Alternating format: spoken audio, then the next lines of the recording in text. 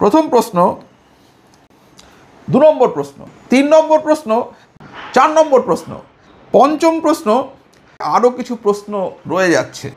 আর এই সমস্ত প্রশ্নের উত্তর এই ভিডিওতে আমি আপনাদের দেব। আর এই ভোটার কার্ড সংশোধন সংক্রান্ত এই ভিডিও দেখার পরে আর কোনো ভিডিও দেখার আপনাদের প্রয়োজন পড়বে না। তাহলে চলুন শুরু করা যাক।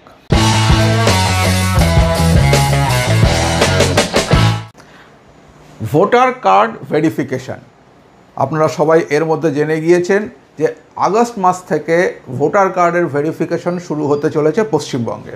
এটা হচ্ছে স্পেশাল ইন্টেন্সিভ রিভিশন বা যেটাকে আমরা বলি বিশেষ এবং নিবিড় সংশোধন। সেটা পশ্চিমবঙ্গে শেষবার হয়েছিল 2001-2 সালে, অর্থাৎ 2002 সালের জানুয়ারি মাসে সেই ভোটার তালিকা প্রকাশিত হয়। আবার সেটাই হতে চলেছে 23 বছর পর। আমাদের মনে একগাদা প্রশ্ন এই ভোটার কার্ড ভেরিফিকেশান নিয়ে উঠছে। কি কি প্রশ্ন? প্রথম প্রশ্ন, ভোটার তালিকায় নাম বজায় রাখতে গেলে কি বার্থ সার্টিফিকেট বা জন্ম শংসাপত্র দেখানো বাধ্যতামূলক? সবচেয়ে বড় প্রশ্ন। আর কি প্রশ্ন? 2 নম্বর প্রশ্ন, 1987 সালের পরে জন্ম হলে কি বাবা ও মায়ের বার্থ সার্টিফিকেট বা জন্ম শংসাপত্র দেখাতেই হবে? বড় প্রশ্ন। 3 নম্বর প্রশ্ন, বার্থ সার্টিফিকেট বা জন্ম শংসাপত্র না থাকলে কি অন্য কোনো নথি বা কাগজ চলবে? অন্য কোনো নথি বা কাগজ কি দেওয়া যাবে? 4 নম্বর প্রশ্ন, কাদের কাদের কোনো কাগজপত্রই দেখাতে হবে না? যাদের কোনো কাগজই দেখাতে হবে না তাদের তাহলে কি করতে হবে? চতুর্থ প্রশ্ন। পঞ্চম প্রশ্ন, যদি আমার ভোটার কার্ড থাকে কিন্তু আমি কোনো কাগজ দেখাতে না পারি তাহলে কি আমি নাগরিকত্ব হারাবো? এই ধরনের আরও অনেকগুলো প্রশ্ন আমাদের মনে রয়েছে। আর এই সমস্ত প্রশ্নের উত্তর এই ভিডিওতে আমি আপনাদের দেব। আর এই ভোটার কার্ড সংশোধন সংক্রান্ত এই ভিডিও দেখার পরে আর কোনো ভিডিও দেখার আপনাদের প্রয়োজন পড়বে না। তাই মন দিয়ে ভিডিওটা দেখে নিন আর এই সংক্রান্ত যাবতীয় প্রশ্নের উত্তর এই ভিডিওতে খুঁজে নিন। চলুন শুরু করা যাক। আর এটা শুরু করার আগে বলে রাখি যে এই ফান্ডাদাতে এই রকমই প্রতিদিনের প্রয়োজনীয় বিভিন্ন তথ্যের ওপর ভিডিও আপনারা পাবেন। তাই এখনও যদি চ্যানেলটাকে সাবস্ক্রাইব না করে থাকেন তাহলে অবশ্যই সাবস্ক্রাইব করে নিন আর বেল আইকনটা ক্লিক করে রাখবেন যাতে যখনই আমরা এই ধরনের একটা ভিডিও নিয়ে আসব আপনি সঙ্গে সঙ্গে নোটিফিকেশন পান। তাহলে সাবস্ক্রাইব করে নিয়েছেন তো? আপনাদের জন্য এটা একদম ফ্রি, কিন্তু এটা আমরা ভীষণভাবে অনুপ্রাণিত হই। তাই প্লিজ একটু সাবস্ক্রাইব করে রাখুন।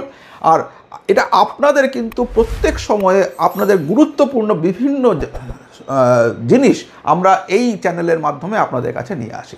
তাহলে চলুন এবার আমরা সেই প্রথম প্রশ্নে ফিরি। 1 নম্বর প্রশ্ন কী ছিল? ভোটার তালিকায় নাম বজায় রাখতে গেলে কি বার্থ সার্টিফিকেট বা জন্ম শংসাপত্র দেখানো বাধ্যতামূলক? দেখাতেই হবে? উত্তর হলো না, বাধ্যতামূলক নয়। কেন বাধ্যতামূলক নয়? তার কারণ অনেকগুলো নথির কথা বলা হয়েছে যার মধ্যে বার্থ সার্টিফিকেট বা জন্ম শংসাপত্র একটা নথি। এটাই দেখাতে হবে এরকম কোনো ব্যাপার নেই। অর্থাৎ বার্থ সার্টিফিকেট দেখাতেই হবে এরকম একটা কথা যেটা বাজারে ঘুরে বেড়াচ্ছে সেটা সম্পূর্ণ ভুল। আমি কেন ভুল সেইটাতেও আসবো, একটু ওয়েট করুন। তাহলে প্রথম প্রশ্নের উত্তর একদম সরাসরি যে না, বাধ্যতামূলক নয়, বার্থ সার্টিফিকেট দেখাতে হবে, দেখাতেই হবে এরকম কোনো কথা বলা নেই। 2 নম্বর প্রশ্ন কী ছিল? 1987 সালের পরে জন্ম হলে কি বাবা ও মায়ের বার্থ সার্টিফিকেট বা যে কোনো একজনের বার্থ সার্টিফিকেট বা জন্ম শংসাপত্র দেখাতে হবে? এরও উত্তর হচ্ছে না, অন্য কাগজ থাকলেও চলবে। কি কি কাগজ আমি পরে আসছি, কিন্তু মনে রাখবেন বা মাথায় রাখবেন বার্থ সার্টিফিকেট নিজের বা বাবা মায়ের দেখানো কোনো বাধ্যতামূলক নয়। এরপরে আসি 3 নম্বর প্রশ্নে। বার্থ সার্টিফিকেট বা জন্ম শংসাপত্র না থাকলে কি অন্য কোনো নথি বা কাগজ চলবে? উত্তর হলো হ্যাঁ।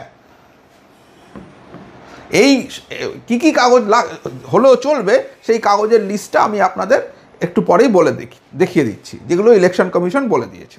এই দেখুন, এই কাগজগুলো ইলেকশন কমিশন বলেছে যে এই বার্থ সার্টিফিকেট যদি নাও থাকে তাহলে এই কাগজগুলো থাকলেও চলবে। প্রথম,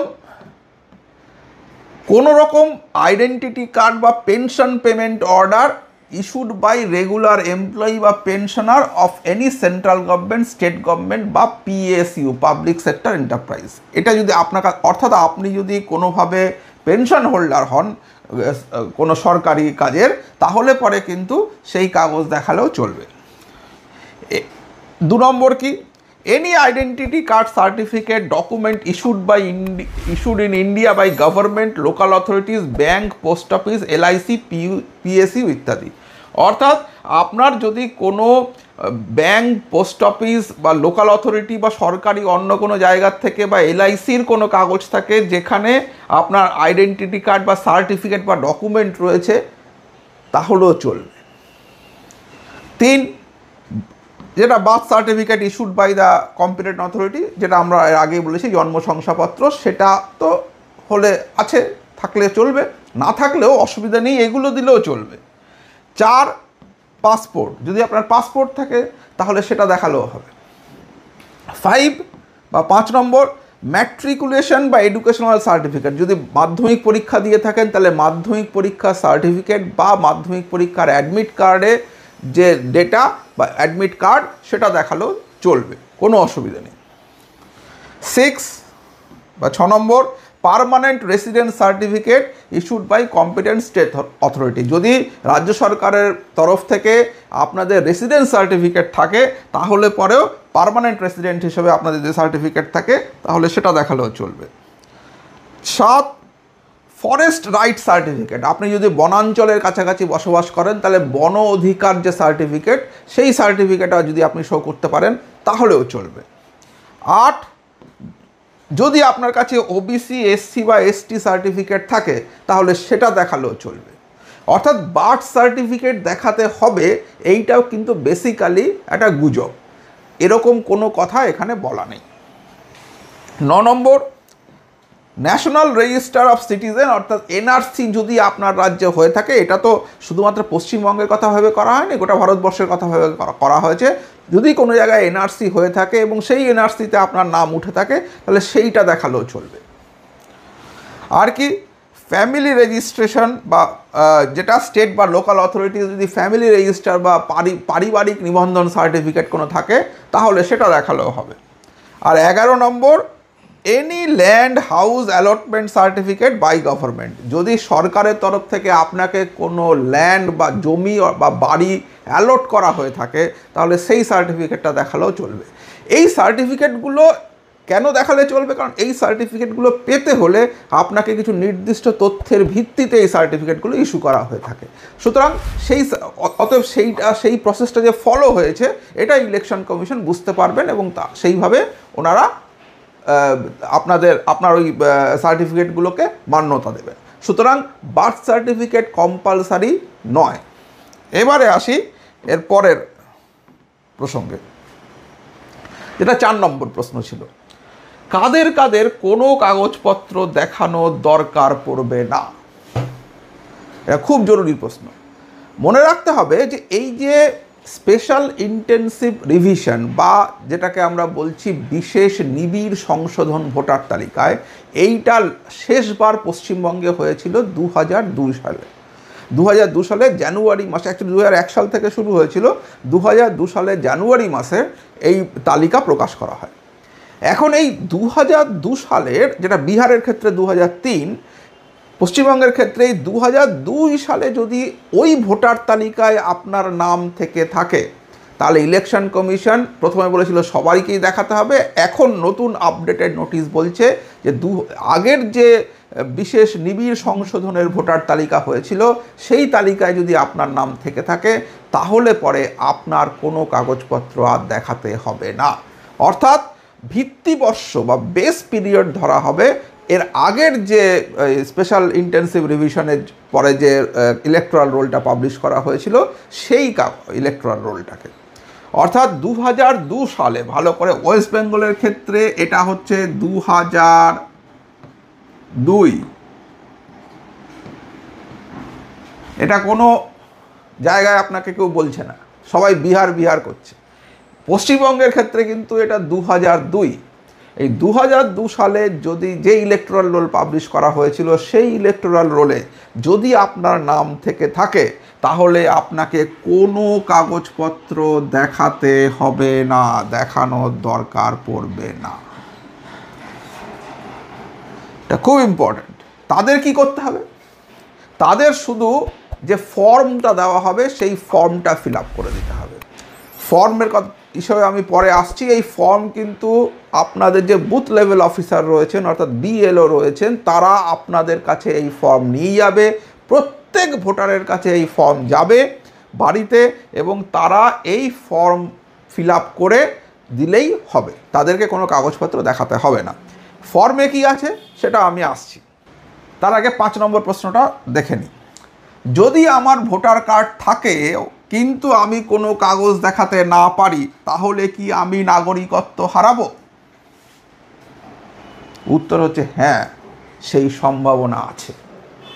কিন্তু আপনার ভোটার কার্ড যেটা আছে সেটা যদি 2002 সালের আগেই ইস্যু হয়ে গিয়ে থাকে, 2002-এর আগে যদি ইস্যু হয়ে গিয়ে থাকে, তাহলে কিন্তু আপনার আর কোনো কাগজপত্র দেখানোর দরকার নেই। কিন্তু যদি 2002-এর পরে আপনার ভোটার তালিকায় নাম ওঠে, অর্থাৎ এর আগের যে রিভিশন, এটা এক একটা রাজ্যের জন্য এক এক রকম হবে। পশ্চিমবঙ্গের ক্ষেত্রে এটা 2002-এ হয়েছিল। সুতরাং 2002-এর আগে যদি আপনার কাছে আপনার ভোটার তালিকায় নাম থাকে এবং আপনার যদি ভোটার কার্ড থাকে, তাহলে আপনি যদি আর কোনো কাগজ নাও দেখাতে পারেন, তাহলেও কোনো অসুবিধে নেই। কিন্তু 2002-এর পরে, অর্থাৎ 2003, 4, 5, 6 এই সময়ে যদি আপনার ভোটার কার্ড হয়ে থাকে, বা 2020, 22, 23, 24, 25 যে সময় হোক না কেন, তাহলে কিন্তু আপনাকে কাগজপত্র দেখাতে হবে। এবং যদি আপনি না দেখাতে পারেন, সেই ক্ষেত্রে আপনার নাগরিকত্ব হারানোর সম্ভাবনা আছে। হবেই এরকম কোনো কথা নেই, কারণ এই বিষয়ে সুপ্রিম কোর্টেও মামলা হয়েছে বা আরও অন্যান্য অ্যাক্টিভিটিস থাকবে, কিন্তু সম্ভাবনা আছে, এই বিষয়ে কোনো সন্দেহ নেই। এইবার আমি ফর্মটায় আসছি। এই ফর্ম কিন্তু আপনার যে বুথ লেভেল অফিসার রয়েছে আপনার এরিয়ার, তিনি বাড়িতে বাড়িতে গিয়ে এই ফর্ম ফিল আপ করাবেন। সুতরাং ফর্ম ফিল আপের সময় এটা ইংরেজিতে আছে, আপনি বাংলা ভাষায় চাইলে বাংলা ভাষা পাবেন, হিন্দি ভাষায় চাইলে হিন্দি ভাষায় পাবেন, ইংরেজিতে চাইলে ইংরেজিতে পাবেন। সুতরাং তখন ওনারা আপনাদের গাইড করে দেবেন। তাও যদি আপনারা জানতে চান, আমি মোটামুটিভাবে একটু ছুঁয়ে যাচ্ছি, কারণ এই ফর্মটা নিয়ে ডিটেল বলতে গেলে ভিডিওটা অনেক লম্বা হয়ে যাবে। যখন আগস্ট মাসে শুরু হবে, তখন এই ফর্মটা কিভাবে পারফেক্টলি ফিল আপ করতে হবে এবং কি কি ডেটা সেখানে থাকবে, যেটা ওয়েস্ট বেঙ্গলের জন্য যে ফর্মটা আসবে, সেই ফর্মের ডিটেল আমি তখন বলে দেবো। আপনারা সাবস্ক্রাইব করে রাখুন, বেল আইকন ক্লিক করে রাখুন। যখন এটা আসবে তখন আমি ভিডিওটা আপলোড করব, আপনারা সঙ্গে সঙ্গে নোটিফিকেশন পাবেন এবং দেখে নেবেন যে কীভাবে ফর্মটা ফিল আপ করতে হবে। এটা বিহারের ফর্ম, আমি জাস্ট বলে যাচ্ছি আপনাদের। এখানে বেসিক্যালি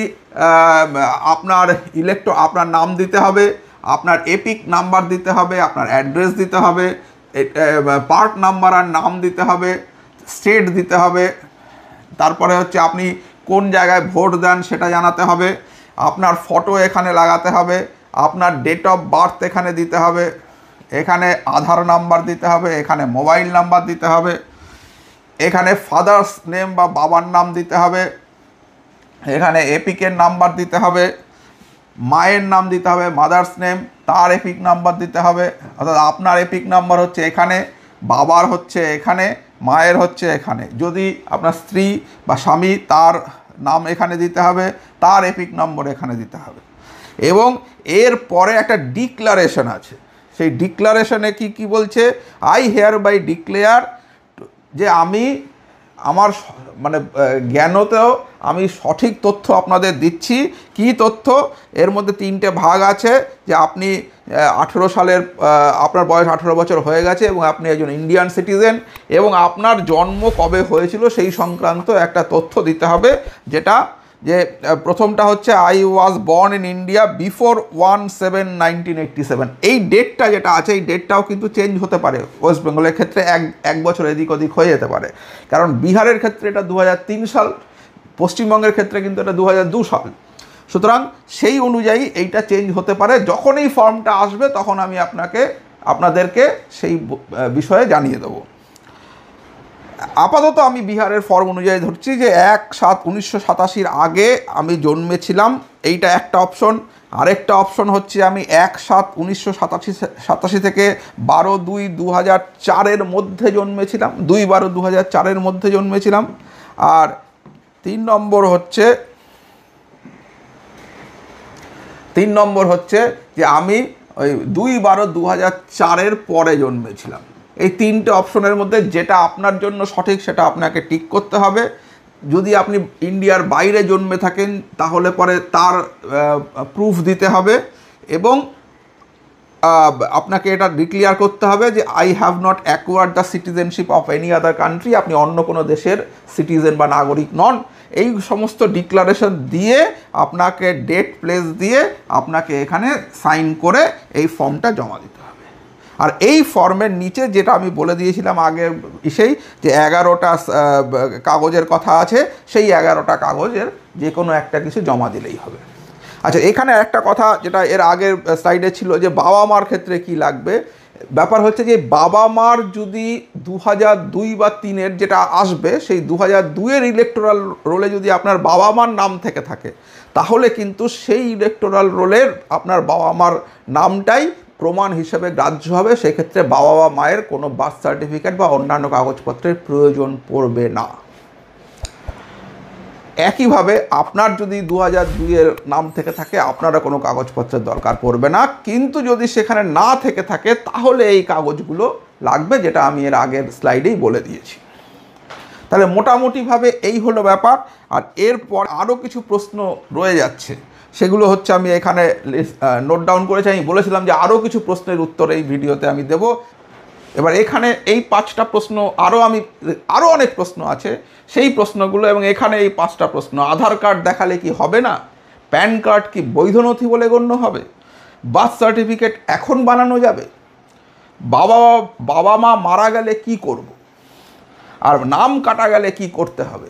এই 5টা পয়েন্ট এর সঙ্গে আরও কিছু পয়েন্ট নিয়ে আমি আরেকটা ভিডিও নিয়ে আসব, যেটা পর্ব 2-এ থাকবে। কারণ একটা ভিডিওতে পুরোটা কভার করতে গেলে ভিডিওটা অনেক বড় হয়ে যাবে, সেই কারণে ওই ভিডিওটায় আমি ওগুলো কভার করব। অবশ্যই সাবস্ক্রাইব করে রাখুন, বেল আইকন ক্লিক করে রাখুন, যখনই ভিডিওটা আসবে আপনারা সঙ্গে সঙ্গে নোটিফিকেশন পাবেন। সুতরাং পর্ব 2 খুব শিগগিরই আসছে।